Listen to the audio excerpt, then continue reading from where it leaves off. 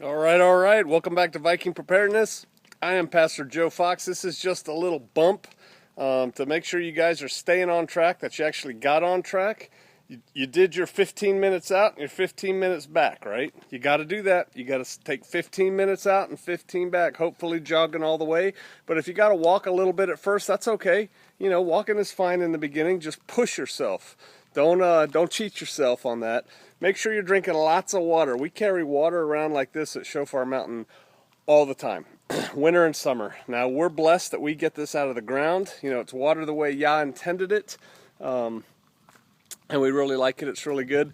But any water is better than no water. Even that nasty city fluoridated water is better than no water, and it's better than anything else you can drink. So, you know, water, no Cokes, remember? No Cokes, just no carbonated beverages. Just forget those. Get those out of your diet. Look, we're not trying to cheat. We're not trying to find ways around this fitness thing. We're trying to be the warrior and warrioresses that we're intended to be, right?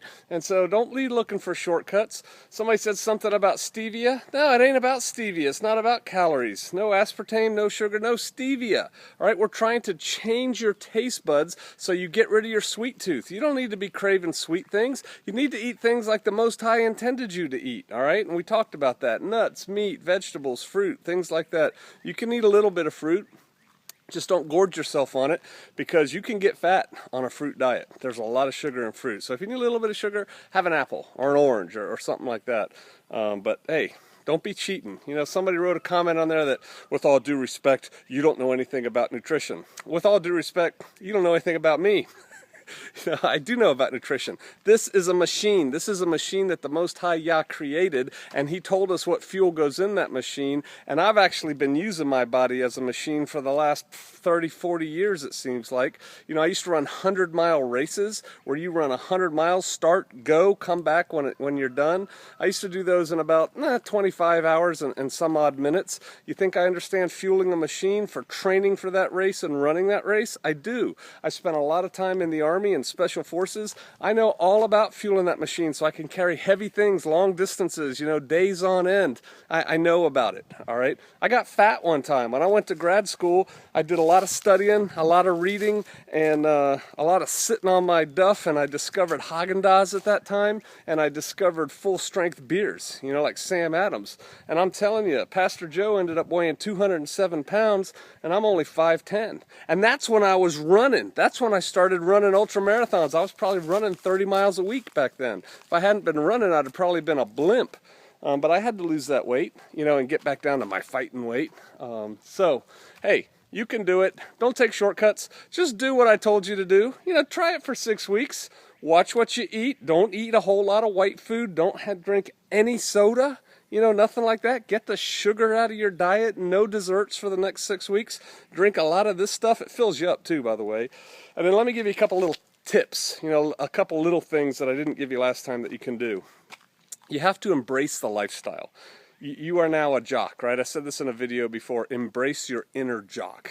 You know, you're going to be an athlete, right? And so you have to start thinking and acting like an athlete. Don't take shortcuts. Let me tell you about shortcuts. You know that person who's always driving all over the front of the parking lot looking for the parking spot that's right close to the doors? Don't be that person. Just whip in, whip to the back, take the first available spot in the back, and then keep going. All right? And walk into the store and walk out with your bags. Do that kind of thing.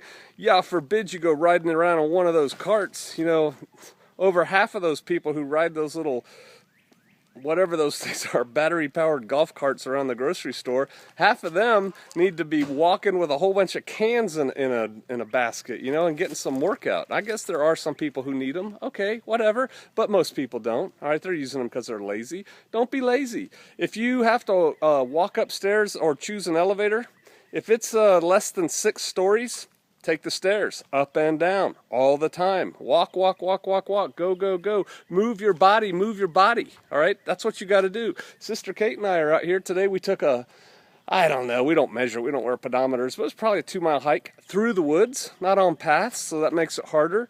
And then we walked down and we dealt with the goats, and now we're up here doing our, you know, day of preparation chores, walking around. And so, yeah, we're blessed that we get to live this active lifestyle. When I lived in an environment where I had to work in a cubicle all day, it almost killed me. And so what I had to do then was take really good time out. Instead of lunch, I'd go out and I'd work out really, really hard, just to compensate, If you do have a job where you have to sit at a desk all day, try standing. You can actually even ask. A lot of office places will give you a standing desk because there's been studies that show that's better for you. So think about that. Start thinking about running shoes. All right, keep running. Do whatever you got on. I don't care if it's combat boots. This week you can do it. All right, but start thinking about getting yourself some good running shoes. And really, what I recommend is you look up in your local area a running store that sells running shoes. The one I'm familiar with is called Fleet Feet, but there's all kinds of them. And when you walk in there, the salespeople shouldn't look like overweight computer geeks. Teenagers who's like, can I get you? Can I help you? It ought to look like people who are running 10Ks and half marathons, people who know about running. Have them fit your feet. They will look at your feet. They'll check for pronation. They'll get you a real size on your shoes. They'll look at your weight. They'll ask you how much you're going to run. Tell them you're not running that much, unless you are. But go ahead and tell them what your mileage is, kind of thing, or minutes, a week. And they'll set you up with a good pair of shoes. Buy those shoes there. They're a little bit more expensive, but you're paying for the service. After that, you can shop for those shoes online. All right, but go ahead and start thinking about doing that. Other than that, you don't need a lot of gear. All you need is shoes. All right, hey, we got more coming. We have more coming at the end of this week. I just want you to stay motivated, because if you stick with this for 6 weeks, you're going to be a new you, right? The you that wants to come out is going to come out. And so watch your diet, get out there and start sweating a little bit, do your push-ups, do your sit-ups, and I'll see you on this topic in about a week. All right, I'll see you out there.